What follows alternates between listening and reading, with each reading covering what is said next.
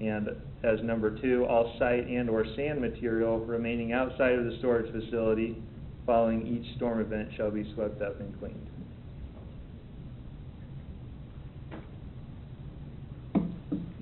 Thank you.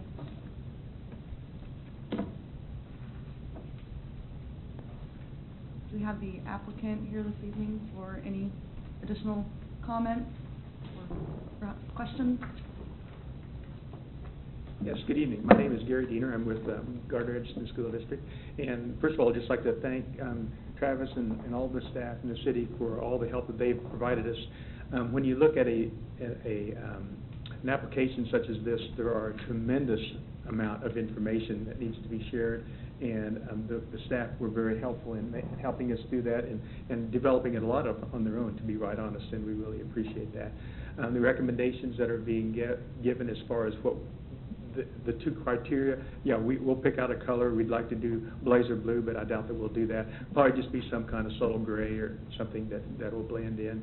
And as far as the sweeping off, that's in our best interest too. So definitely, we're not going to be wanting to lose any salt or sand after the event. So that's not a problem.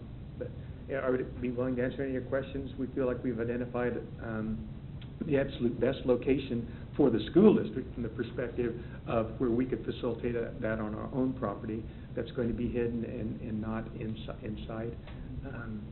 And it will greatly facilitate, our process of being able to treat our streets and our drives throughout the inclement weather. So we appreciate your consideration. Thank you. Yeah, I think this looks very good, but any questions or comments from the commission? It's appropriate and necessary to me. I have one quick question. I'm not sure who to address it to. It might just be out of curiosity. How durable is the canopy that's going to be put on top of this? How durable? Is there like a approximate lifespan for something like that? Is it like a tent? 15 to 20 years. Yeah, Okay. They feel like, of course, the company believes it'll last forever. Sure, but sure. The warranty is 15 to 20 years. Okay.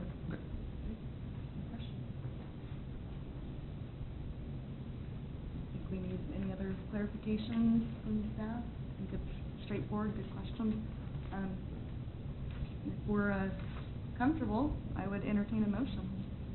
I'll make a motion to approve the site plan SC 14-03 for Gardner-Edgerton School District Maintenance Facility with following conditions 1 through 2. I'll second. We have a motion made by Gilmore with a second by Limer to approve the site plan for the Gardner-Edgerton School District Maintenance Facility SP-14-03 located at 19400 South Gardner Road, subject to conditions 1 and 2. All those in favor, please indicate by saying aye. Aye. Aye. Any opposed? Motion carries with all in favor. New business item number 2. 2015 through 2019 Capital Improvement Plan. Consider the proposed 5-year capital plan and the identified projects to determine their conformity with the comprehensive plan. We have a presentation this evening from staff. Good evening, Commissioners. My name is Matthew Wolf. I'm a management analyst with the City of Gardner. And tonight I'll be presenting to you an overview of the 2015 through 2019 Capital Improvement Program, also known as CIP. And one of the reasons I'm doing this is because according to Kansas statutes, basically the construction of any public facility or utility or pretty much any major public improvement needs to be reviewed by the Planning Commission to make sure it's in conformance with the comprehensive plan. This can be done on an individual project basis or can be a group of projects under the Capital Improvement Program. This presentation can be broken down into 3 major sections. An overview of the Capital Improvement Program, which is basically to explain all the different components of the program, and also to explain how we determine which projects go into the program. Then I'll move on to a staff analysis. This staff analysis was provided to you already. The purpose of it was to basically look at each project and see how well it conforms to our planning documents. And then I'll provide the staff recommendation. Basically, a CIP has 4 major components. First, it needs to identify all the needs of the community, and a comprehensive plan and all of our master plans help guide staff in making those, or identifying those needs. But then also we have to rely on city staff's expertise to identify other needs that pop up over the years.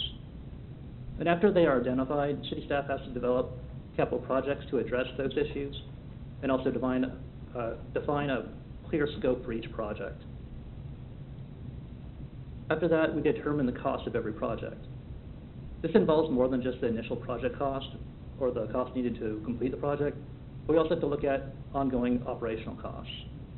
Like if we build a new facility, we have to identify what the potential utility costs, maintenance costs, and janitorial costs, what it will be adding to our ongoing operational budgets. The third component is that we need to prioritize all capital requests. And how we did it this year was, after the capital requests were identified by staff, we asked them to go back and put them into a CIP ranking model. This model is a series of metrics, both benefit and feasibility metrics. And after each project was rated, the model would provide a score, and then the projects were ranked on that score. The benefit metrics were based on the City Council's strategic priorities. Those include promoting economic development, maintaining the quality of life, increasing asset management, and improving fiscal stewardship. And the final component is it develops a financing, or basically a financial plan. There's a multi-year financial plan, and it determines when a project should happen, what the funding source should be, and if it should be cash or debt financed. This is extremely crucial to the overall health of an organization. Basically, the CIP, we need to completely understand all the impacts of the projects and what it will do to the financial standing of the city. Basically, cash projects will have an immediate impact on fund balances, while a 2015 debt issue, or project financed by debt issuance, it won't have any impact in 2015, but it'll have impact on future budgets due to annual debt service payments.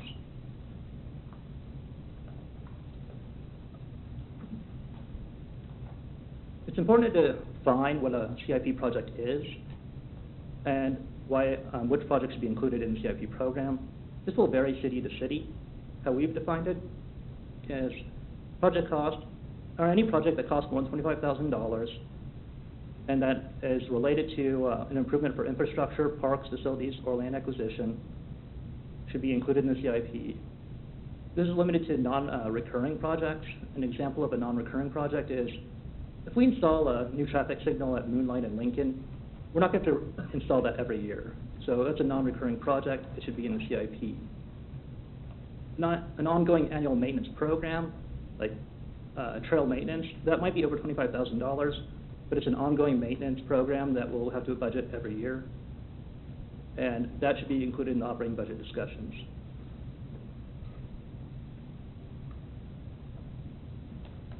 That kind of concludes my overview of the CIP, and now I want to move into basically the step analysis that we provided to you earlier.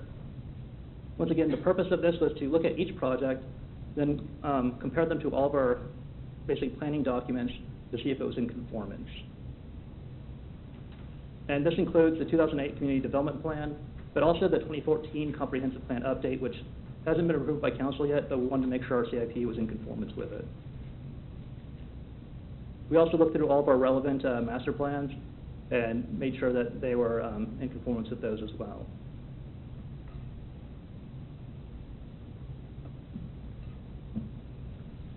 The highest level of conformance the projects could have was being labeled as identified. What this means was the project was mentioned in the comprehensive plan update and also was recommended. This slide shows a couple of the identified projects. This includes building a new police or justice center, Greenway Trail low water crossing replacements, a couple of different traffic signal improvements, and also ADA upgrades. On this slide, the new police and justice center is one of the major projects in the CIP, and it was specifically mentioned in the comprehensive plan update. The next level of conformance were basically projects that were not specific